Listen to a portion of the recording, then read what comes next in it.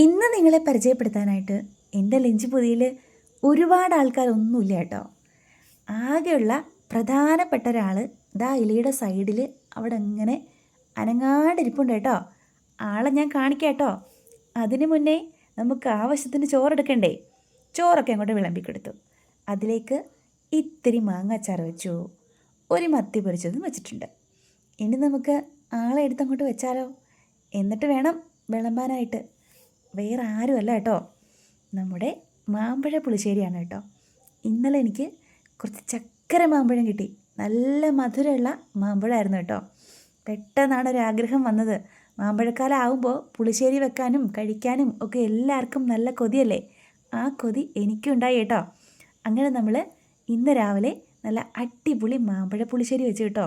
പറയാണ്ടിരിക്കാൻ വയ്യ, നല്ല സൂപ്പർ സ്വാദായിരുന്നു.